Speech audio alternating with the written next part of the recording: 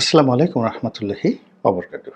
সম্মানিত দর্শক, শেখ হাসিনাকে নিয়ে ভারত খেলছেন, বাংলাদেশের সঙ্গে খেলছে, আমেরিকার সঙ্গে খেলছে এবং পুরো এই অঞ্চলের যে ভৌগোলিক রাজনীতি, জিও পলিটিক্স, এই জিও পলিটিক্সকে একেবারে উল্টিয়ে পাল্টিয়ে তছনছ করে দিচ্ছে এবং শেখ হাসিনাকে অস্ত্র হিসেবে ব্যবহার করে আগামী দিনগুলোতে তারা যে মাস্টার প্ল্যান করে যাচ্ছে এবং সেই মাস্টার প্ল্যান বাস্তবায়নের জন্য আমেরিকাতে, ইউরোপে, দিল্লিতে, কলকাতাতে, আগরতলাতে এবং ঢাকাতে একাধিক পক্ষ এখানে কাজ করছে এবং আপনারা কি টের পাচ্ছেন যে বে অফ বেঙ্গল, আমাদের যে বে অফ বেঙ্গল ক্রমশ এই মহান সম্পত্তিটি আল্লাহ কর্তৃক প্রদত্ত একটি নিয়ামত, এই বঙ্গোপসাগর আমাদের জন্য গলার কাটা হয়ে যাচ্ছে।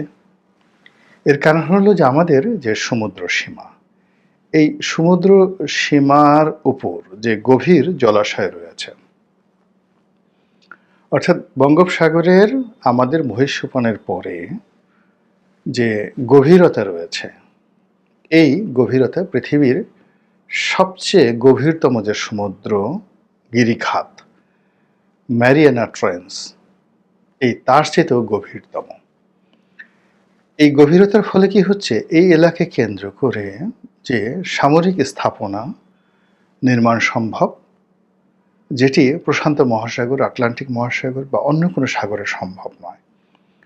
ফলে এই বঙ্গোপসাগরের উপরে আমেরিকার এবং তার মিত্রদের ভীষণ রকম একটা নজর পড়েছে। আর এই নজরের বিরুদ্ধে কিন্তু ভারত এই পুরো তাদের যে বঙ্গোপসাগর, বে অফ বেঙ্গল, এই অংশে তাদের আধিপত্য একছত্র রাখতে চাচ্ছে। অন্যদিকে চীন এখানে যে কোনো মূল্যে এই বঙ্গোপসাগরে ঢুকতে যাচ্ছে। আর এই বঙ্গোপসাগরকে কেন্দ্র করেই আমাদের টেকনাফ, আমাদের কক্সবাজার, আমাদের রুখি, আমাদের চট্টগ্রাম, পার্বত্য চট্টগ্রাম, এগুলো মানে এটা আমাদের গরিবের ঘরে যদি সুন্দরী একটা বধূ থাকে বা অতি সুন্দরী কন্যা থাকে, কিংবা একজন অসহায় দুর্বল লোকের হাতে যদি সবচেয়ে দামি রত্ন পাথর থাকে বা কোনো সহায় সম্পত্তি থাকে, তখন সেগুলো তার জন্য একটা মরণ যন্ত্রণা হয়ে পড়ে। সমস্ত লোলুপ মানুষগুলো সেখানে যাকে ঝাঁপিয়ে পড়ে। তদ্রূপ এখন এই বে অফ বেঙ্গলকে কেন্দ্র করে বিশ্বের সমস্ত পরার শক্তিগুলো বাংলাদেশকে নিয়ে খেলছে এবং সঙ্গত কারণে এই খেলায় সবচেয়ে এগিয়ে রয়েছে ভারত। এবং ভারতের সঙ্গে আওয়ামী লীগের যে দ্বিপাক্ষিক সম্পর্ক এবং শেখ হাসিনার সঙ্গে ভারতের প্রকাশ্য কিছু চুক্তি, অপ্রকাশ্য কিছু কমিটমেন্ট, সব মিলিয়ে যাকে বলা হয় ভারত এই বাংলাদেশকে কবজা করার জন্য অলমোস্ট 70% তারা কিন্তু এগিয়ে গিয়েছিলেন।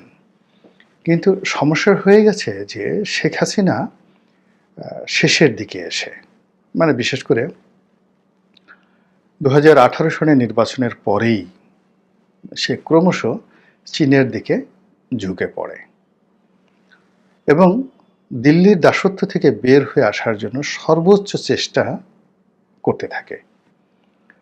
তারপর যেটা হয় সেটি হলো সে আমেরিকার সঙ্গে একটা সমঝোতামূলক সম্পর্ক করার জন্য সে প্রাণান্ত চেষ্টা করেছে। সাদ্দাম হোসেন যেভাবে আমেরিকার সাথে সম্পর্ক করার চেষ্টা করেছে, ঠিক সেইভাবে সেও চেষ্টা করেছে। কিন্তু চীন এবং ভারত এই দুটোর সঙ্গে সম্পর্ক স্থাপন করার মতো ঝুঁকি নিতে পারেনি। এর কারণ হলো তার সারাউন্ডিং, চারপাশে ভারতের যারা লোকজন রয়েছে তারা ছিল। এবং এখানে বাংলাদেশে ভারতে এমন কতগুলো কাজ করেছে 2009 সনের পর থেকে, খুবই সেন্সিটিভ। যেমন দেখা গেল যে বিডিআর কিলিং, আমাদের আর্মির অনেকগুলো ইন্টারনাল বিষয় খুবই সেন্সিটিভ। আমাদের সেই যাকে বলা হয় দ্বিপাক্ষিক অনেকগুলো স্পর্শকাতর চুক্তি রয়েছে। এই জিনিসগুলো শেখ হাসিনার জমানায় শেখ হাসিনা করেছেন বা তাকে দিয়ে করানো হয়েছে। তো এখন শেখ হাসিনা যদি বাংলাদেশে দীর্ঘমেয়াদে ক্ষমতায় থাকে এবং চীনের বলয়ে চলে যায়, এটাও ভারতের জন্য ভীষণ রকম বিপত্তিকর। আবার শেখ হাসিনা যদি ঠিক এরকম দোদুল্যমানতায় ভারতকে রাখে, সেটাও ভারতের জন্য ঝুঁকি। এর কারণ হলো যে যদি শেখ হাসিনা বাংলাদেশে তার পতন ঘটে এবং তিনি বিচারের মুখোমুখি হন, তাহলে পুরো বিষয়গুলো কিন্তু আদালতে চলে আসবে, যেটি ভারতের জন্য আমাদের সাথে তাদের যে দ্বিপাক্ষিক সম্পর্ক, এটি রীতিমতো গণরোষে পরিণত হয়ে যাবে যা করা হয়েছে। এজন্য শেখ হাসিনাকে তুলে নেওয়া, এমনকি আমার কাছে মনে হয় যে লাস্টে যে সকল বিদ্রোহ হলো, বিপ্লব হলো এবং এর মধ্যে যে সকল সন্ত্রাসী কর্মকাণ্ড হয়েছে, যে সন্ত্রাসী কর্মকাণ্ডের সঙ্গে এই বিপ্লবের যারা বেসামরিক লোকজন তাদের থাকার কথা নয়। অনেক গুলাগুলি, থানা পোড়ানো, তারপরে শেষে পুলিশ হত্যা, এরকম অনেক নৃশংস ঘটনাগুলো ঘটেছে যার সঙ্গে সরাসরি বিদেশিদের হাত ছিল, এটা একেবারে স্পষ্ট। এখন সেই হাতটা কি আমেরিকার FBI রয় না কি দিল্লির নাকি অন্য কারো, এগুলো ভবিষ্যতে আসবে। কিন্তু যে ঘটনাটা ঘটলো, যে আমার কাছে যেটা মনে হয়েছে যে আমি কথা আগেও বলেছি বহুবার, যে বঙ্গবন্ধু একটা সময় দিল্লির জন্য খুব অসহ্য হয়ে পড়েছিল।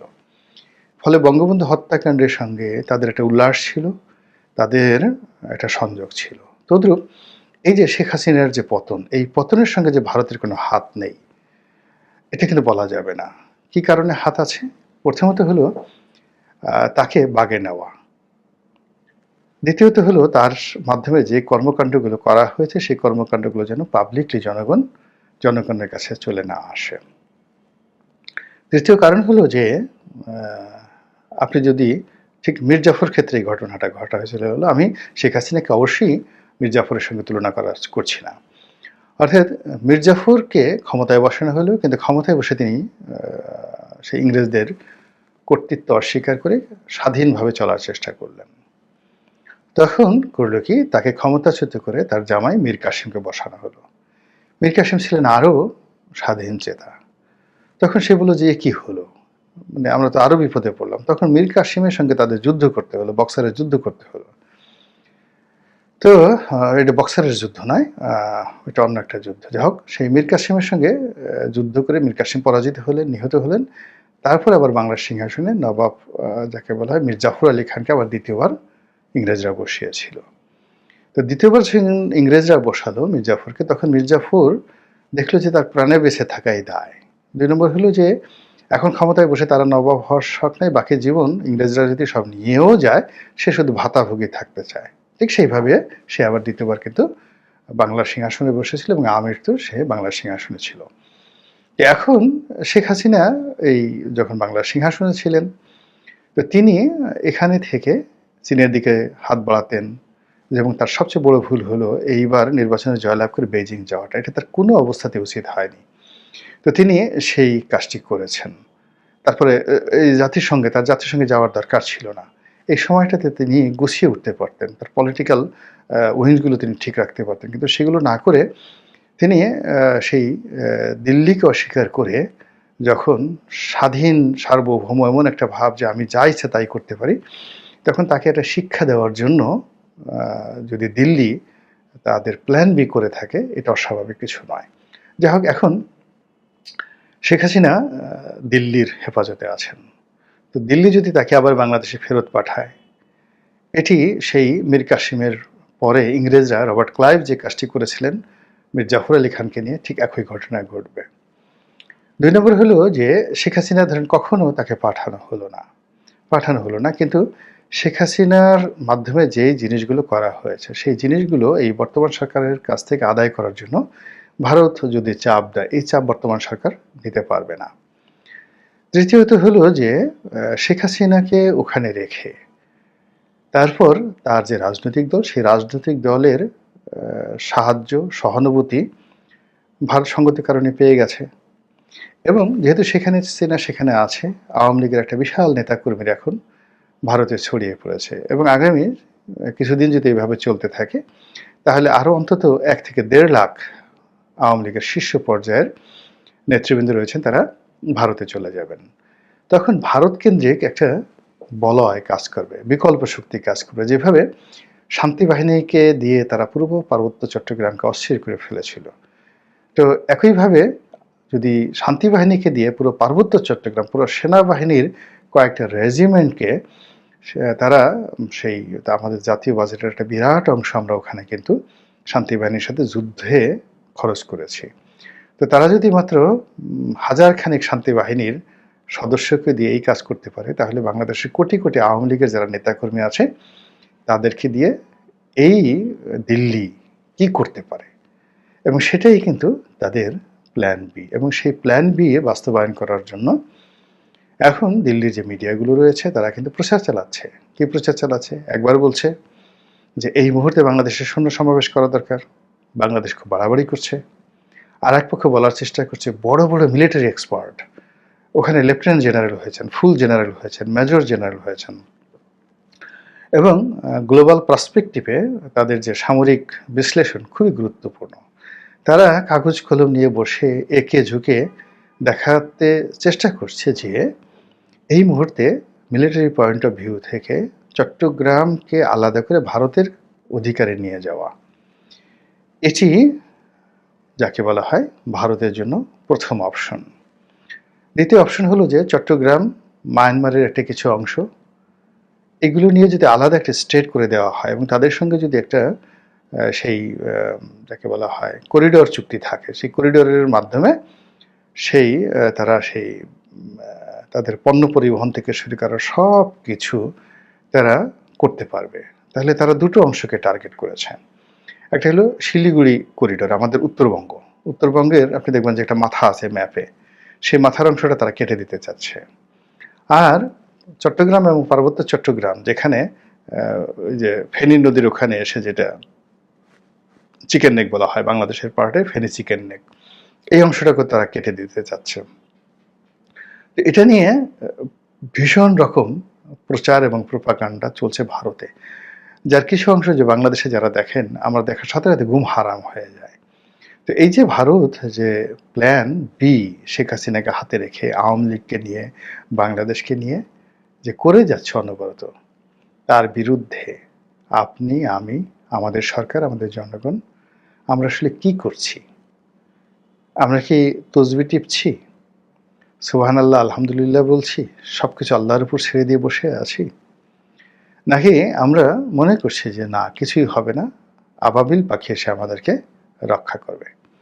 রাজনীতির সবচেয়ে বড় নির্মমতা হলো যে এখানে পার্মানেন্ট বন্ধু বলে কেউ নেই, আর পার্মানেন্ট শত্রু বলে কেউ নেই। এখানে শুধুমাত্র পার্মানেন্ট যে জিনিসটি সেটা হলো স্বার্থ। ভারতের যা স্বার্থ আছে সেই স্বার্থ অনুযায়ী তারা কাজ করবে, তারা শত্রু মিত্র চিন্তা করবে না। ২ নম্বরে যে জিনিসটি হলো সেটি হলো প্রতি ৫০ বছর পর সেই মানচিত্র পরিবর্তন হয়, এরপর প্রতি ১০০ বছর পর সেই মানচিত্র থেকে শুরু করে আরো বড় ভৌগোলিক বিবর্তন ঘটে যায়। বোঝার চেষ্টা করুন, ১৯৭১ থেকে এ পর্যন্ত আমরা কিন্তু ৫০ বছর অতিক্রম করে ফেলেছি। So it's a huge burden, historical burden for us and for our nation. আমরা যদি বলেন যে তাহলে বলেন তো এই সময়ের মধ্যে ৭০ বছরে আমেরিকার কি ভৌগোলিক পরিবর্তন হয়েছে, ইংল্যান্ডের কি পরিবর্তন হয়েছে, ৫০ বছরে ইন্দোনেশিয়ার কি হয়েছে, গিয়ে দেখেন সব জায়গাতে হয়েছে। গত ৫০ বছরে মানে উইদিন 15 ইয়ার্সের মধ্যে আপনি ইংল্যান্ডে গিয়ে দেখেন সে আয়ারল্যান্ডে কি হয়েছে, ইউরোপে গিয়ে দেখেন সেই গত ৫০ বছরের মধ্যে কতবার কত মানচিত্র পরিবর্তন হয়ে গেছে। এই বাংলাদেশের মধ্যেই কিন্তু আমাদের বেশ কয়েকবার মানচিত্র পরিবর্তন হয়ে গেছে। স্বাধীনতার পরে এই ৩ বিঘা করিডোর নিয়ে কি হলো, কয়েকবার মানচিত্র কিন্তু পরিবর্তন হয়েছে। এরপর আমাদের যে তালপট্টি দ্বীপ, দক্ষিণ তালপট্টি দ্বীপ নিয়ে কি হয়েছে, এখন আবার সেন্ট মার্টিন নিয়ে কি হচ্ছে। তো এভরিডে মানে ছোট ছোট ঘটনায় কি একসময় বৃহৎ আকারে এটা রূপ দেয়। এবং ঐতিহাসিকরা যা লিখে গিয়েছেন বা দার্শনিকরা যারা লিখে গিয়েছেন তা কিন্তু হাজার হাজার বছরের ইতিহাসকে সামনে রেখে একটা গাণিতিক সমাধানে তারা পৌঁছে গেছেন। ফলে আমরা যে একটা ঐতিহাসিক সন্ধিক্ষণে আছি, সেই সন্ধিক্ষণটা আমাদের মানতে হবে। ভারতের ক্ষেত্রে আপনারা বলতে পারেন ভারতের মানচিত্রের পরিবর্তন হলো কি করে? ভারতের একেবারে মানচিত্রের পরিবর্তন হয়েছে দুইবার। হায়দ্রাবাদকে যখন তারা ইনক্লুড করলো তখন একবার পরিবর্তন হয়েছে, সিকিমকে যখন তারা ইনক্লুড করলো তখন আবার পরিবর্তন হয়েছে, এবং রিসেন্টলি তাদের মানচিত্র পরিবর্তন হয়েছে। আগের দুইবার তারা গ্রহণ করেছে, আর রিসেন্টলি বিশাল অংশ, অলমোস্ট প্রায় ৩০-৩৫ হাজার বর্গ কিলোমিটার এলাকা কিন্তু চীন দখল করে নিয়েছে। ফলে